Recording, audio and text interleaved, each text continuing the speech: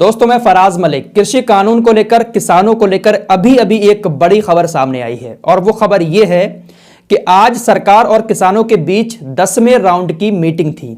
10 round हो चुके हैं मीटिंग के, लेकिन हल नहीं निकल पा रहा है। इस 10वें राउंड की मीटिंग में सरकार ने एक नया प्रस्ताव किसानों के सामने रखा है और वो नया प्रस्ताव ये है, सरकार ने कहा है कि हम इस कानून को 1.5 साल तक के लिए रद्द करते हैं।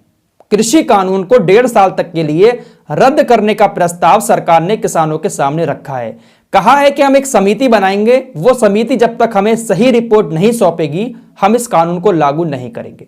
यह प्रस्ताव किसानों के सामने, यह ऑफर सरकार ने रख दिया है, लेकिन अभी किसानों की तरफ से सरकार को कोई जवाब नहीं दिया गया है। किसानों का अभी भी यही कहना है कि हम जब तक पूरी तरीके से कृषि कानून को खत्म नहीं करवा देंगे हमेशा के लिए, तब तक हम यहां पर डटे रहेंगे।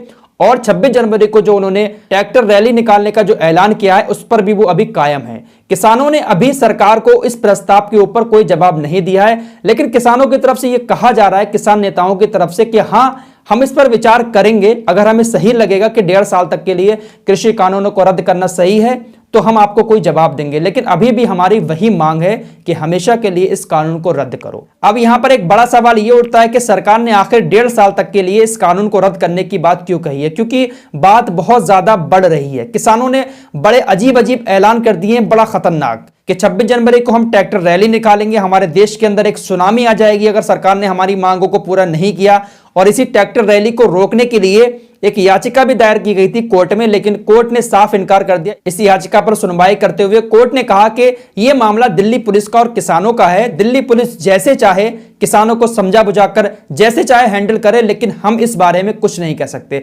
तो कोर्ट ने पूरा मामला दिल्ली पुलिस के ऊपर सौंप दिया है और दिल्ली पुलिस कब्जे में आती है अमित शाह के अंडर में है दिल्ली पुलिस। तो इसी बात को लेकर अमित शाह दिल्ली पुलिस के हेडक्वार्टर भी पहुंचे थे अमित शाह, और उन्होंने पुलिस के आला अधिकारियों से बात भी की थी। पुलिस के आला अधिकारी किसानों के पास भी गए थे और किसानों से बात की। किसान नेताओं ने कहा कि हम मार्च निकालेंगे ही निकालेंगे, लेकिन कोई उल्टी सीधी हरकत वहां पर नहीं करेंगे, शांतिपूर्ण तरीके से मार्च निकालेंगे। अब देखने वाली बात यह होगी कि जो मार्च निकाली जाएगी तो किसानों को कौन सा रूट दिया जाता है। वैसे तो किसान ये कह रहे थे कि हम दिल्ली के अंदर ले जाएंगे, लेकिन अब पुलिस वालों की तरफ से देखा जाएगा कि किस तरीके से किसानों को रोका जाता है। और किसानों ने यह कहा है कि हम जो रैली निकालेंगे उसमें किसी आम जनता को कोई परेशानी नहीं होगी, हम शांतिपूर्ण तरीके से रैली निकालेंगे। लेकिन अभी भी जो 1.5 साल का सरकार ने प्रस्ताव रखा है किसानों के सामने, किसान अभी इस बात पर राजी नहीं है, लेकिन विचार करने को कहा है किसानों ने। अब देखते हैं कि किसान सरकार की बात मानकर अपना आंदोलन खत्म करते हैं और 1.5 साल तक के लिए सरकार इस कानून को रद्द करने के बाद